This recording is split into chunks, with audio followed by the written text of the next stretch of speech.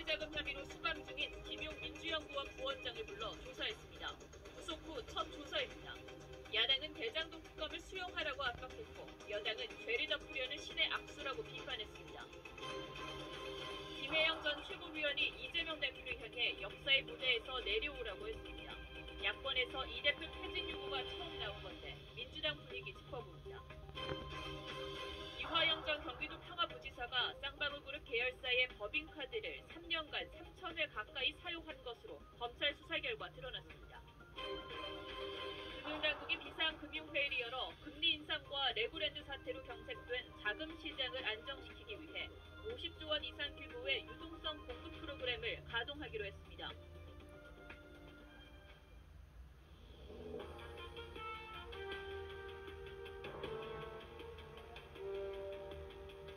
시청자 여러분 안녕하십니까. 뉴스7의 김명우입니다. 검찰의 수사가 더불어민주당 이재명 대표를 향해 한 발씩 다가가면서 정치권 분위기는 말 그대로 살얼음판 같습니다. 여야는 매일 서로를 헐뜯으며 강대강 대치 정국을 만들고 있습니다.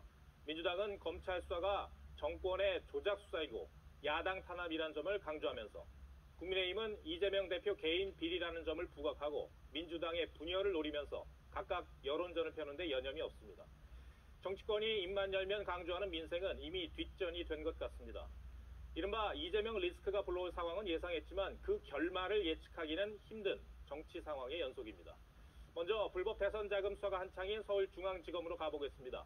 검찰은 오늘 구속된 김용 부원장을 처음으로 불러 조사했습니다.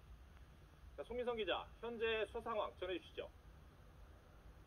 네, 대장동 개발사업 특혜비리 의혹을 수사하고 있는 서울중앙지검 반부패 수사 3부는 이곳 서울중앙지검 6층에 있습니다. 저희가 아까 확인을 해봤는데요. 6층 사무실 일부는 여전히 불이 켜져 있는 상태입니다. 검찰은 오늘 김용 민주연구원 부원장을 소환 조사했습니다. 지난 22일 새벽 김 부원장이 구속된 뒤 첫 소환입니다. 김 부원장은 지난해 2월 유동규 전 성남도시개발공사 기획본부장에게 대선 경선 준비 명목으로 20억 원을 부탁한 뒤 남욱 변호사가 마련한 8억 4,700만 원의 불법 정치자금 중 일부를 건네받은 혐의를 받고 있습니다.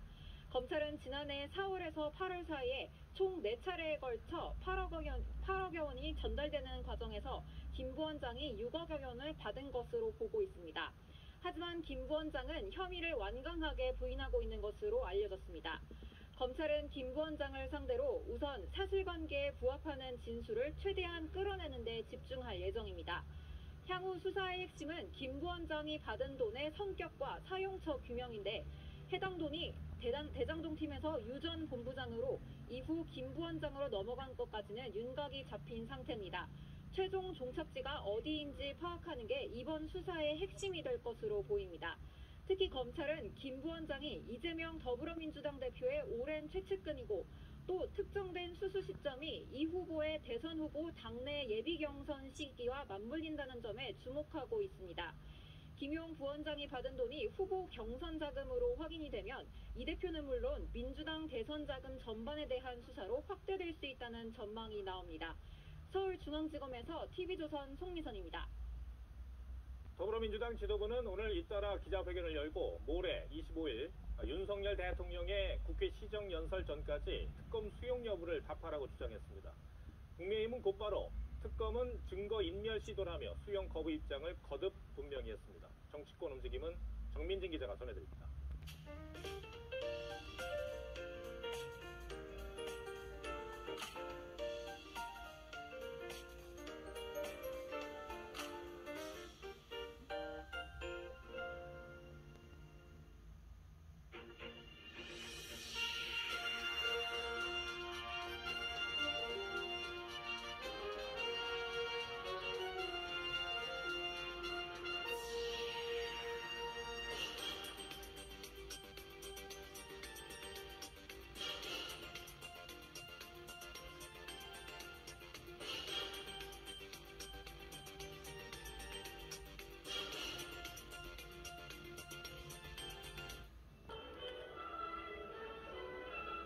제각각 나만의 플레이를 펼쳐볼 시간.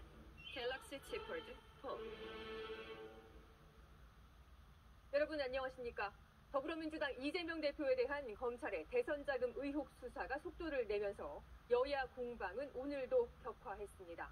민주당 지도부가 잇따라 기자간담회를 열자 국민의힘도 맞불 회견으로 대응했는데요. 민주당은 현 시국을 검찰 독재, 친공안 정국으로 규정하고 대장동 사건에 대한 특검을 요구했습니다. 또 윤석열 대통령이 사과를 하지 않으면 모레 있을 시정연설을 보이콧하겠다는 입장도 내비쳤습니다. 먼저 박윤수 기자입니다.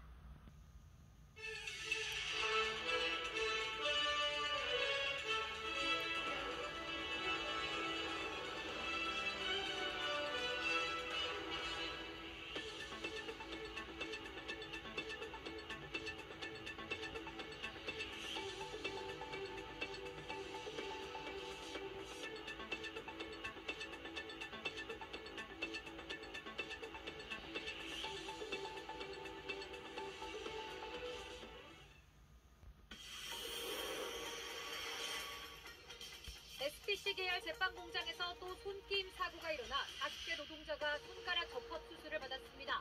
20대 노동자 사망 사고 8일 만이자 대표이사 사과 해견 이틀 만입니다. SPC 안전관리에 구조적 문제는 없는지 비판이 커지고 있습니다. 정치자금법 위반 혐의로 구속된 김용 민주연구원 부원장이 구치소에서 소환돼 검찰 조사를 받았습니다.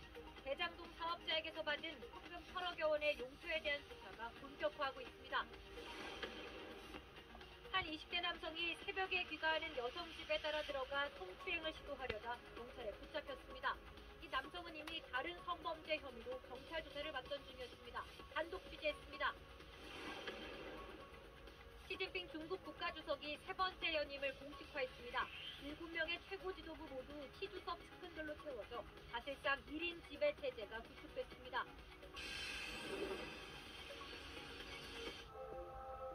다시 깨끗한 자연으로 지속가능한 미래로 현대 수소전기차 넥소. 여러분 안녕하십니까? 빵 만드는 공장에서 또 사고가 났습니다. 이번에도 SPC 계열사입니다. 40대 노동자가 불량품을 빼려다 손가락이 기계에 끼어 다쳤습니다. 다른 공장에서 20대 청년이 숨진 지 8일 만에 SPC 그룹 회장이 사과한 지 이틀 만에 다시 발생한 안전사고. 먼저 박예린 기자가 보도합니다.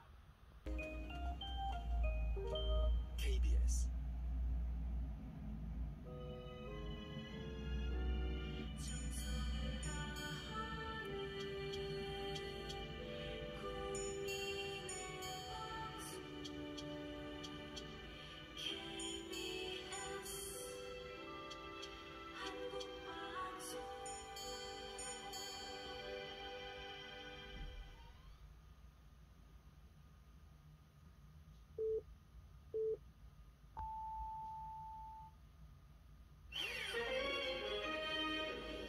강원도의 레고랜드 채무 불이행 사태로 채권 시장이 급격하게 얼어붙자 정부가 50조 원 이상의 자금을 투입하는 긴급 대책을 내놨습니다. 당장 내일부터 채권 안정 펀드 등을 통한 회사채 매입에 나섭니다. 불법 정치자금 수수 혐의를 받는 김용 민주연구원 부원장이 구속 후 첫 검찰 조사를 받았습니다. 민주당 이재명 대표가 제안한 대장동 특검을 둘러싼 여야 간 대치는 더 격해졌습니다. 시진핑 중국 국가주석이 중국 공산당 총서기로 재선출되며 3년임을 확정했습니다. 세 당 지도부도 모두 시주석 측근으로 채워져 1인 독주와 장기 집권 체제를 완성했다는 평가가 나옵니다. 최근 20대 노동자 사망 사고가 발생했던 SPC 그룹의 또 다른 계열사인 샤니 제빵 공장에서 노동자가 기계에 손가락이 절단되는 사고를 당했습니다. 고용노동부는 SPC에 대한 강력한 기획 감독을 예고했습니다.